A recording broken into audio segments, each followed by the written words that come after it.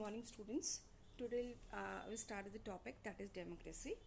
Democracy is a form of government in which the rulers are elected by the people. Means the people they elected the representative and the government is formed. There are some examples of non-democratic government. Like in Myanmar, there is a army rule. Director Pinochet rule in Chile. President Nkrumah in Ghana. They all are non-democratic. Means यहाँ पे जो representatives हैं वो जनता के द्वारा नहीं चुने जाते हैं. Then hereditary kings like kings of Nepal, Saudi Arabia, they are non-democratics. They rule because they are born into a noble family. So वो rule करते हैं क्योंकि वो एक noble family से belong करते हैं and they are not totally elected people. तो आपको सीधे सीधे इस बात का ध्यान रखना है कि जो डेमोक्रेटिक कंट्रीज होती हैं वहाँ के जो मेंबर्स होते हैं वो इलेक्टेड होते हैं. ठीक है. In a democracy final decision making power must rest with those elected people. In Pakistan, President Musharraf has power to dismiss the National and the State Assembly, so the final power rests with the army and General Musharraf himself cannot call in a democracy. ठीक है. तो इसका मतलब जो वहाँ के जो president थे मुशर्रफ 1999 में इन्होंने क्या किया, इन्होंने पाकिस्तान की नेशनल असेंबली को भंग कर दिया था और उन्होंने वहाँ पे मिलिट्रिज्म लेके आ गए थे. तो इसको भी हम डेमोक्रेसी नहीं कह सकते. Then democracy must based on free and fair elections which those currently in power have a fair chance of losing. So in China, elections were held for parliament, but all the candidates either member of Chinese Communist Party or either small allies of party. Similarly in Mexico, वहाँ पे क्या हुआ, वहाँ पे elections होते थे 1980 में और लेकिन एक ही पार्टी जीतती थी. तो ऑब्वियसली यहाँ पे क्या था, मेल प्रैक्टिस थी, करप्शन था, कोई अपोजिशन नहीं था. तो इन दोनों एग्जाम्पल्स में हम ये नहीं कह सकते हैं कि they are the example of the free and fair election. ठीक है. In democracy will certained by each adult having one vote and each vote and one value. Like in India we have a universal adult franchise. Universal adult franchise का मतलब होता है कि जहाँ पे सभी को वोट देने का अधिकार होता है without any discrimination of caste. तो it means democracy based on fundamental principles of political equality. कि जो डेमोक्रेसी थी वो फंडामेंटल प्रिंसिपल पे बेस्ड थी जहाँ पे पॉलिटिकल इक्वालिटी होती थी. Then countries like Saudi Arabia, Estonia, Fiji and some of the other deny the voting rights to certain section of the population. कहा जाता है कि जो सऊदी अरेबिया है, एस्टोनिया है, फिजी जो कंट्रीज थी यहाँ पे भी कई पॉपुलेशन को, सेक्शन ऑफ पॉपुलेशन को वोट देने का अधिकार नहीं दिया गया था.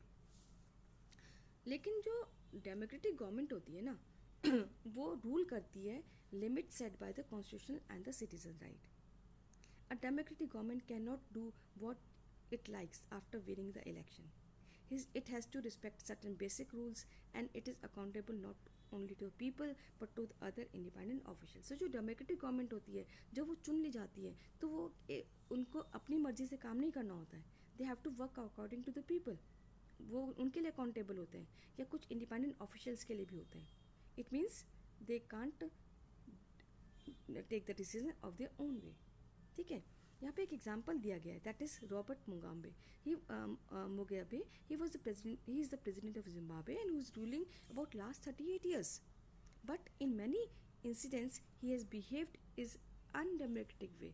तो इसको भी हम डेमोक्रेटिक गवर्नमेंट नहीं बोलेंगे. ठीक है. अब वाई डेमोक्रेसी में दो चीज़ें आती है. एक तो अगेंस्ट में आता है डेमोक्रेसी क्यों नहीं होनी चाहिए, और एक आता है कि डेमोक्रेसी के फेवर में कौन कौन सी चीज़ें. तो सबसे पहले हम ले रहे हैं कि भाई डेमोक्रेसी के फेवर में कौन कौन सी चीज़ें. तो सबसे पहले क्या है कि जो डेमोक्रेटिक गवर्नमेंट होती है it is accountable form of government. यानी कि जो उत्तरदायी सरकार है वो जनता के लिए काम करती है. It work for the people because they are the representative of the government. ठीक है. Then democracy improve the quality of decision making. जो डेमोक्रेसी है क्योंकि आपको पता है कि जो लीडर्स होते हैं ना वो डिसीजंस लेते हैं. तो जो लीडर्स होते हैं वो इम्प्रूवमेंट करते हैं क्वालिटी मेकिंग का, डिसीजन मेकिंग का. सिमिलरली अगर कोई झगड़े हो जाते हैं, कोई निपटारा हो जाता है, कोई डिफरेंसेस आ जाते हैं, उसको भी डील करती है डेमोक्रेसी.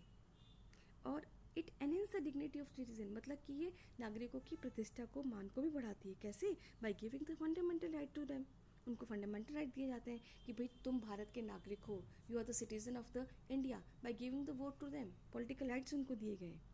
ठीक है। Then it also allow correct is own mistake, कई बार ये उनके जो सुधार है उसको भी, मिस्टेक को भी सुधार करने का क्या देती है, मौका देती है, यानी कि अगर कोई गलती होगी है उसको भी मौका देती है। लेकिन कुछ पॉइंट्स ऐसे आए हैं जो कि उसके अगेंस्ट में है, कोई क्रिटिसाइज़ कर रहे हैं कुछ लोग, किसको, डेमोक्रेसी को। तो ऐसा मान जाता है कि उसके जो what are the points which are against the democracy, जैसे कि for example it creates instability by changing is leader frequently, कि भाई बहुत लगातार जब नेता लोग बदलते रहते हैं तो वहाँ अस्थिरता आ जाती है। It keeps on changing the leaders, it creates a instability, यानी कि वहाँ अस्थिरता आ जाती है। फिर कई बार जो डेमोक्रेसी है it is about the power, वो पूरी शक्ति के बारे में कहती है, पावर के बारे, और सारे के सारे जो हैं वो गेम खेलते हैं पॉलिटिकल कंपटीशन का। And there is no scope of, तो नैतिकता जैसी कोई बात ही नहीं रह जाती, there is no scope for morality. So many people have to be consulted before any issue is solve, और कई बार क्या होता है कि बहुत लोगों से कंसल्ट करना पड़ता है, तो कई बार डिसीजन मेकिंग में डिले हो जाता है, देरी हो जाती है डिसीजन आने में। डेमोक्रेसी में कई लोगों का ऐसा मानना है। और कहा जाता है कि जो इलेक्टेड जो लीडर्स होते हैं उनको भी बेस्ट इंटरेस्ट लोगों का नहीं पता चल पाता, they don't know about the interest of the people कई बार, and it leads to corruption, और जिससे क्या हो जाता है, एक करप्शन आ जाता है। इवन द ऑर्डिनरी पीपल, जो आम लोग हैं, उनको भी ये नहीं पता चल पाता है कि भाई हमारे लिए क्या अच्छा हो रहा है, क्या बुरा हो रहा है, ठीक है। These are the in argument against the democracy, ये आर्गूमेंट किसके अगेंस्ट है, डेमोक्रेसी के अगेंस्ट में है, ठीक है। तो इन द ब्रॉडर सेंस हम जब शुरू से फिर से चैप्टर को लेते हैं कि what is democracy, democracy means we are the representatives are elected by the people. और बच्चों जब हम डेमोक्रेसी को डिवाइड करते हैं, demo means the people plus cracy means the rule of the people.